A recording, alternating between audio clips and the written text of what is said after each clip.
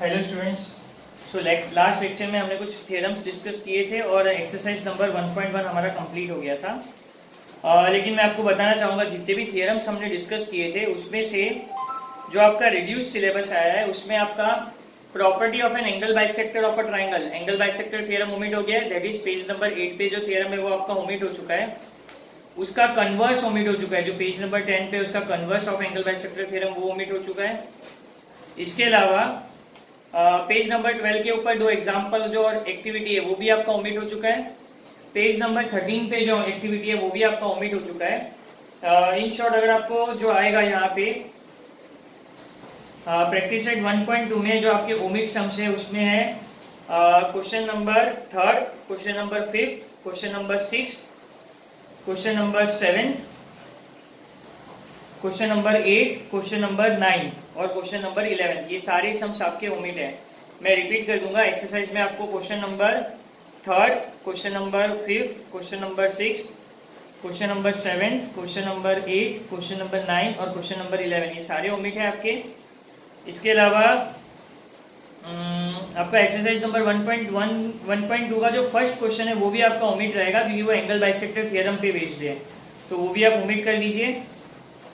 और इसके अलावा पेज नंबर 10 पे जो थियरम है the ratio of the intercept made by transversal, यानी property of 3 parallel lines and the transversals, page number 10 पे जो converse of angle bisector theorem और प्रॉपर्टी ऑफ 3 पैरेलल लाइंस वाला जो थ्योरम है वो भी ओमिट है। तो यहाँ तक ये 1.2 में ओमिट है। जैसे जैसे आगे बढ़ेगी हम लोग जो ओमिट सम से मैं बताता जाऊंगा आपको। तो अभी हम लोग स्टार्ट करते हैं प्रैक्टिस सेट 1.2। तो आप समझ सकते हो कि यहाँ पे मुझे 1.2 एक्सरसाइज मुझे किसके ऊपर बेस्ड होगा, पूरा जो भी हम लोग सम्स करेंगे एक्सरसाइज नंबर 1.2 में वो किसके ऊपर बेस्ड होंगे, बेसिक प्रोपोर्शनलिटी थ्योरम और converse of basic proportionality theorem के ऊपर ही बेस्ड होगी। हमको सिर्फ वैसे ही सम्स देखने हैं, ठीक है। अब क्वेश्चन नंबर पेज नंबर 13 पे क्वेश्चन नंबर 2 पे आते हैं। पेज नंबर 13 पे आप क्वेश्चन नंबर 2 पे आ जाओ। क्वेश्चन नंबर 2 में दिया हुआ है एक ट्राइंगल ड्रॉ किया हुआ है।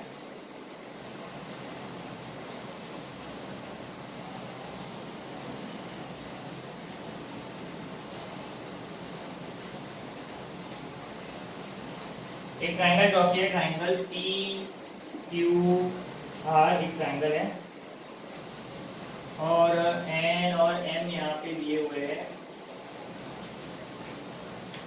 In triangle P Q R P M is 15, P से लेके एम कितना है 15 है। फिर पी क्यू इज 25, पी से लेके क्यू पूरा कितना है 25 है। पी आर इज 20, पी से लेके आर 20 है और एन आर इज 8। मुझे चेक करना है state whether the line NM is parallel to line QR. मुझे क्या स्टेट करना है, state whether line NM is parallel to line QR. Lines कब पैरेलल होती है, जब रेशियोस इक्वल होते हैं। जब इसका रेशियो इसके साथ और इसका रेशियो इसके साथ इक्वल हो जाएगा तो लाइंस पैरेलल हो जाएगी, ठीक है। तो ये किसके बेस पे होगा, converse of angle bisector theorem है। तो अगर इन दोनों का रेशियो फाइंड करना होगा तो मुझे दोनों वैल्यू पता होनी चाहिए और इन दोनों का रेशियो फाइंड करना होगा तो यहाँ पे भी दोनों वैल्यू पता होनी चाहिए। लेकिन आप देख सकते हैं यहाँ पे ये वैल्यू मिसिंग है और यहाँ पे ये वैल्यू मिसिंग है। तो सबसे पहले मैं ये दोनों वैल्यू फाइंड कर देता हूँ। कैसे फाइंड करेंगे देखो, सॉल्यूशन से स्टार्ट करना है। ऐसे सम्स में गिवन टू लिखने की जरूरत नहीं है।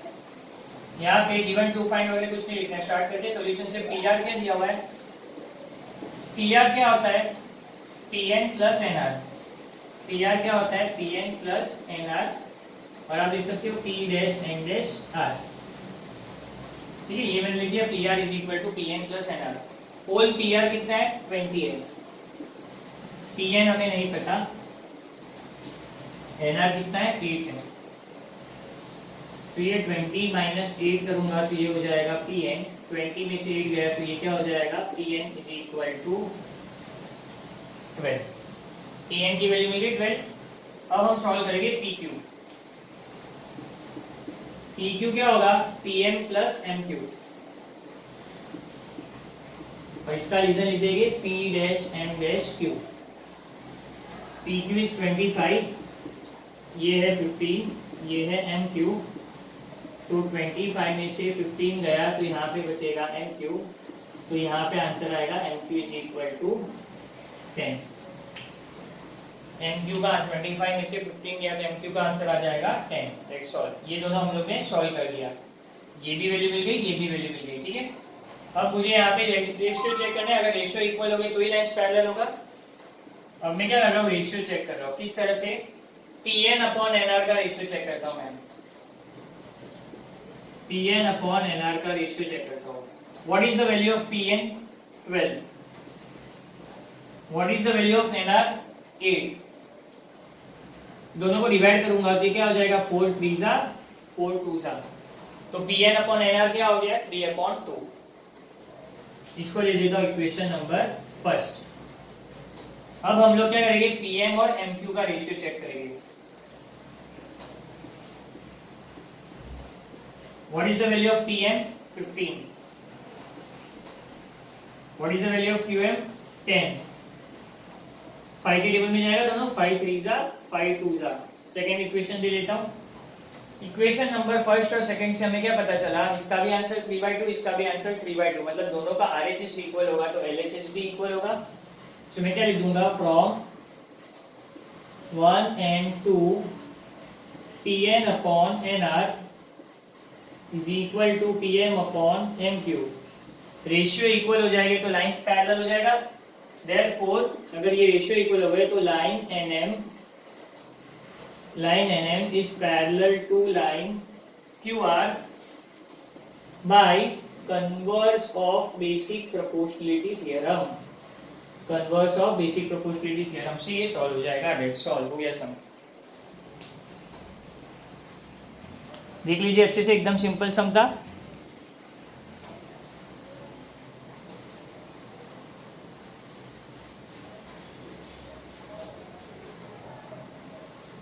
क्वेश्चन नंबर थर्ड तो आपका ओमिट है। फर्स्ट तो मैंने बोला वो पूरा एंगल बाइसेक्टर पे तो करने की जरूरत नहीं है। सीधा सीधा क्वेश्चन नंबर 4 पे आते हैं। क्वेश्चन नंबर फर्स्ट देख लीजिए, सेकंड देख लीजिए, फिर क्वेश्चन नंबर 4 पे आते हैं, ठीक है।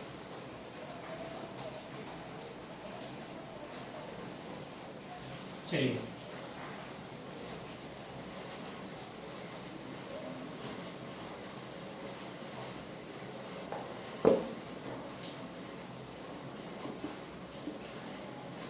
क्वेश्चन नंबर 4 पे क्या दिया हुआ है?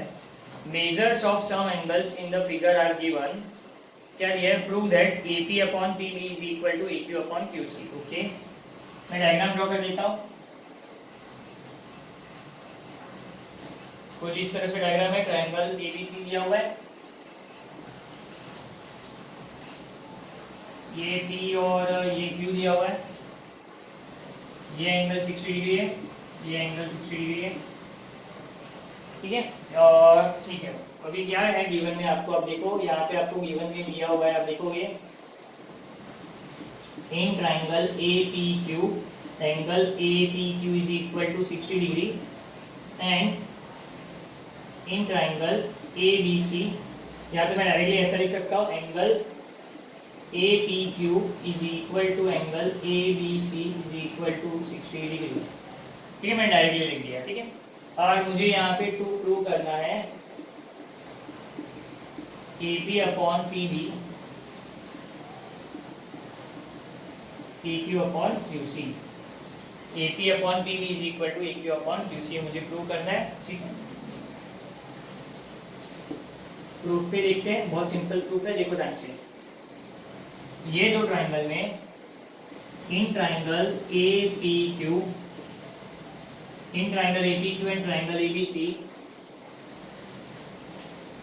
Angle APQ is equal to angle ABC is equal to 60 degree.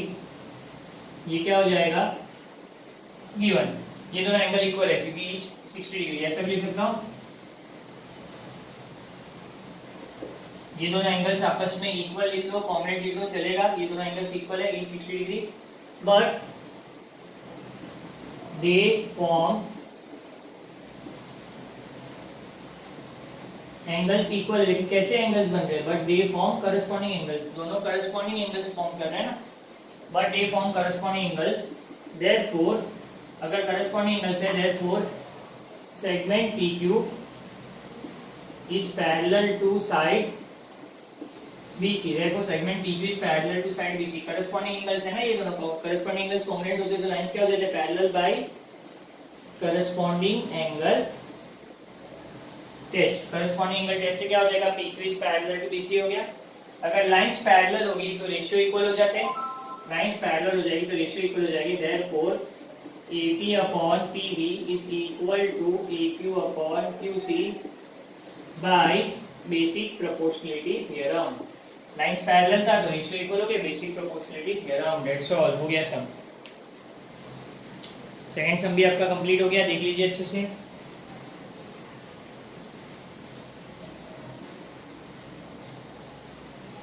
Sorry, fourth सम भी आपका हो चुका है यहाँ पे. फोर्थ सम के बाद हम सीधा आएंगे क्वेश्चन नंबर 10 पे, फिर उसके बाद ये आपका एक्सरसाइज खत्म हो जाएगा. क्वेश्चन नंबर 10 जैसे ही हो जाएगा आपका ये एक्सरसाइज खत्म हो जाएगा.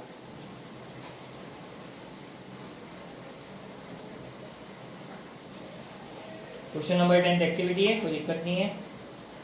चलिए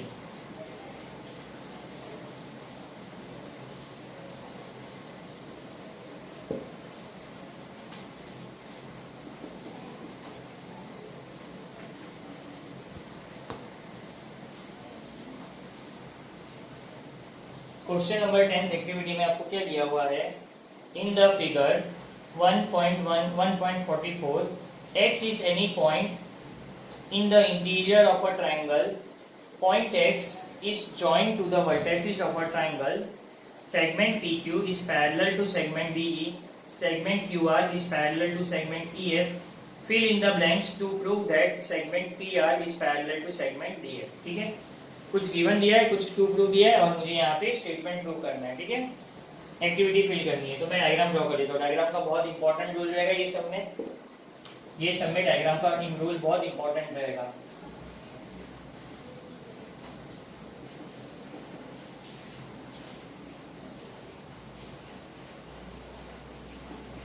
ट्राइंगल DEF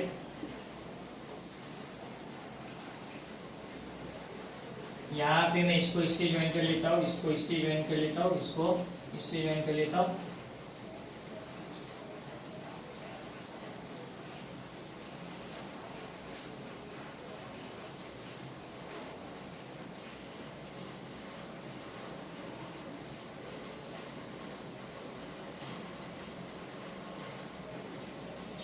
ठीक है, ये पॉइंट है x. अब यहाँ पे एक इससे ड्रॉ कर दे दो, एक लाइन ड्रॉ कर दे दो, ये PQ PQR मैंने ड्रॉ कर दिया. ठीक है, अब यहाँ पे आपको क्या गिवन है क्वेश्चन में, मैं यहाँ पे गिवन वगैरह भी लिखता हूँ, एक्टिविटी है लेकिन फिर भी मैं लिख देता हूँ क्योंकि कभी कभी ऐसे क्वेश्चंस डायरेक्टली दे सकते हैं. एक्टिविटी इसमें एक्टिविटी है, ऐसे भी क्वेश्चन दे सकते हैं कि कोई क्वेश्चन टेक्स्ट बुक में एक्टिविटी फॉर्म में आपको डायरेक्ट क्वेश्चन दे देंगे बिना कोई एक्टिविटी के. आपको ये सब डायरेक्ट क्वेश्चन है, बाकी वगैरह प्रूव करो ये. तो आपको बिना एक्टिविटी के भी किस तरह लिखना है इसके लिए मैं आपको बता रहा हूँ. गिवन वगैरह क्या लिखना है आपको. गिवन में क्या दिया है, segment PQ is parallel to segment DE. Segment PQ is parallel to segment DE और segment QR is parallel to segment DF.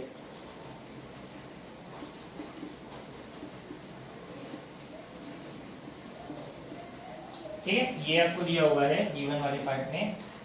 आपको टू प्रूव करना है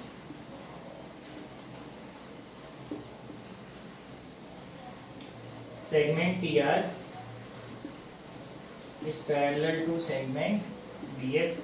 ये आपको प्रूव करना है. ठीक है, आपको आई गेस दिख रहा होगा segment PR is parallel to segment DF. ठीक है,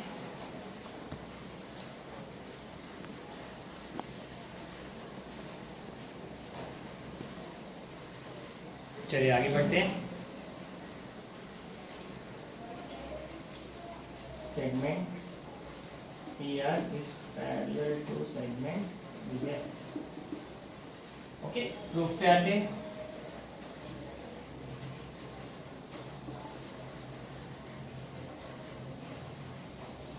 प्रूफ बहुत आसान प्रूफ है, बिना एक्टिविटी और एक्टिविटी कैसे भी आप अच्छे से कर सकते हो. सबसे पहले आपको क्या दिया है, देखो इन ट्राइंगल XD. मैं इस सॉल्यूशन के हिसाब से टेक्स्ट को जो एक्टिविटी दी है उसके हिसाब से जा रहा हूँ. सबसे क्या लिखा हुआ है, in triangle X D E. X D E में क्या है, P Q is parallel to D E. In triangle X D and E, मतलब मैं ये वाला ट्राइंगल कंसीडर कर रहा हूं, ये ट्राइंगल कंसीडर कर रहा हूं मैं। In triangle X D E P Q is parallel to D E. तो पहले आपको क्या दिया हुआ है, therefore X P upon blank is equal to dash upon Q E.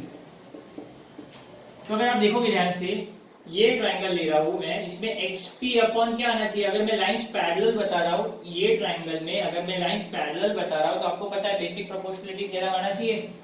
तो बेसिक प्रोपोर्शनलिटी थ्योरम में क्या होता है, अगर लाइंस पैरेलल होता है तो रेशियो इक्वल हो जाता है। तो एक्स पी के नीचे क्या आएगा, पीडी आ जाएगा, एक्स पी अपॉन पीडी, और X Q upon Q E आना चाहिए, X P upon P D is equal to X Q upon Q E.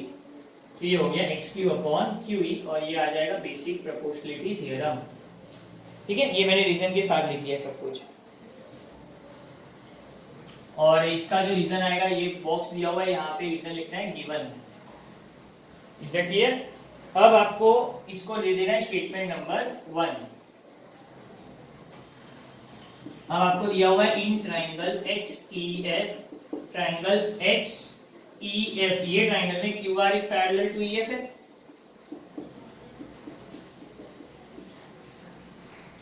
और इसका रीजन आ जाएगा आगे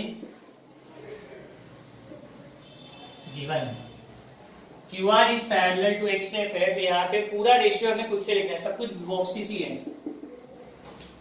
तो ये अगर इससे पैरेलल होगा तो मैं इसका रेशियो कैसे लिख दूंगा, X Q upon X R upon R F, therefore X R upon R F, ये पूरा बॉक्स में X R upon R F is equal to X R upon R F is equal to X Q upon Q E, is equal to X Q upon Q E. Lines parallel, तो reason क्या आ जाएगा, basic proportionality theorem. ठीक है, यहां तक समझ में आ गया, ये इसका रीजन हो गया, और ये स्टेप नंबर 2। स्टेप नंबर 2, अब देखो ध्यान से, फ्रॉम 1 एंड 2 अगर आप देखोगे स्टेप नंबर 1 और 2 में क्या पता चला, दोनों का राइट हैंड साइड इक्वल है। ये भी हमको बेसिक प्रोपोर्शनलिटी थ्योरम से ही मिला है। अब देखोगे स्टेप नंबर 2 में, तो दोनों का राइट हैंड साइड इक्वल है। अगर राइट हैंड साइड इक्वल होगा तो लेफ्ट हैंड साइड इक्वल हो जाएगा। Therefore xp upon pd is equal to, इसका लेफ्ट हैंड साइड लिखा और इसका लेफ्ट हैंड साइड क्या है, xr अपॉन rf। यहाँ पे आएगा रीजन फ्रॉम 1 एंड 2। अब ये रेशियो देखो ध्यान से, xp अपॉन pd और xr अपॉन rf कहाँ पे आ रहे हैं, xp अपॉन pd और xr अपॉन rf। तो अगर मैं ध्यान से देखूंगा ट्राइंगल xdf में, देखो ये वाले ट्राइंगल में, ट्राइंगल xdf में अगर मैं ध्यान से देखूंगा तो किस तरह से बन रहा है, xd upon xp upon pd और xr अपॉन rf। तो ये रेशियो और ये रेशियो आपस में इक्वल है। अगर रेशियो आपस में इक्वल होते हैं तो मैं बोल सकता हूँ ये दोनों लाइंस आपस में पैरेलल होगी। अगर रेशियो इक्वल होंगे तो लाइंस पैरेलल हो जाएगी by converse of BPT. Therefore मैं क्या लिखूंगा, देयरफॉर रेशियो इक्वल है, देयरफॉर ये रेशियो इक्वल है, ये therefore set PR is parallel to set df, set pr is parallel to set d, उधर टेक्स्ट बुक में मिस्टेक है, pr is parallel to df होगा, टेक्स्ट बुक में mistake है, de लिखा हुआ है, कुछ ओल्ड टेक्स्ट बुक्स होगी उसमें de लिखा हुआ है, तो आप df कर लो, pr is parallel to df है, टेक्स्ट बुक में शायद de लिखा होगा तो आप करेक्शन कर लो। सो pr is parallel to df हो जाएगा by converse of basic proportionality theorem. Done. अब आप देख लो अच्छे से, पूरा सम खत्म हो चुका है, विथ एक्टिविटी सब कुछ सॉल्व कर दिया है।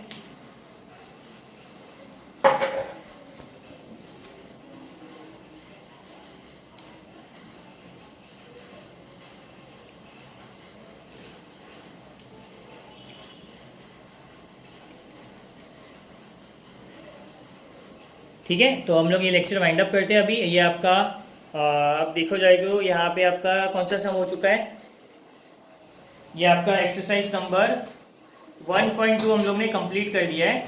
अब इसके बाद वाली जो एक्सरसाइज है 1.3 है, और 1.3 में कुछ भी ओमिट नहीं है, 1.3 में कुछ भी ओमिट नहीं है। टोटल 9 सम्स है, तो हम लोग ट्राई करेंगे कि 9 सम्स में जितने सम हो जाए 6 to 7 जितने भी सम्स हो जाए 9 के 9 सम्स सब एक ही लेक्चर में खत्म करने का हम लोग ट्राई करेंगे, ठीक है। सो फिलहाल आज के लेक्चर के लिए इतना ही इंपॉर्टेंट जो था करा दिया है। आपका होमवर्क ये रहेगा, आपको बेसिक प्रोपोर्शनलिटी थ्योरम अच्छे से करना है, क्योंकि फर्स्ट चैप्टर में अगर वो थ्योरम ओमिट हो चुके हैं एंगल बाइसेक्टर वगैरह, तो बेसिक प्रोपोर्शनलिटी थ्योरम सबसे ज़्यादा इंपॉर्टेंट हो जाता है। तो इसका आप प्रैक्टिस कर लीजिए, समझ लीजिए, ठीक है। तो नेक्स्ट लेक्चर में हम लोग आगे बात में देखेंगे क्या करना है, ठीक है। 1.3 पे करेंगे नेक्स्ट लेक्चर में। Done, bye.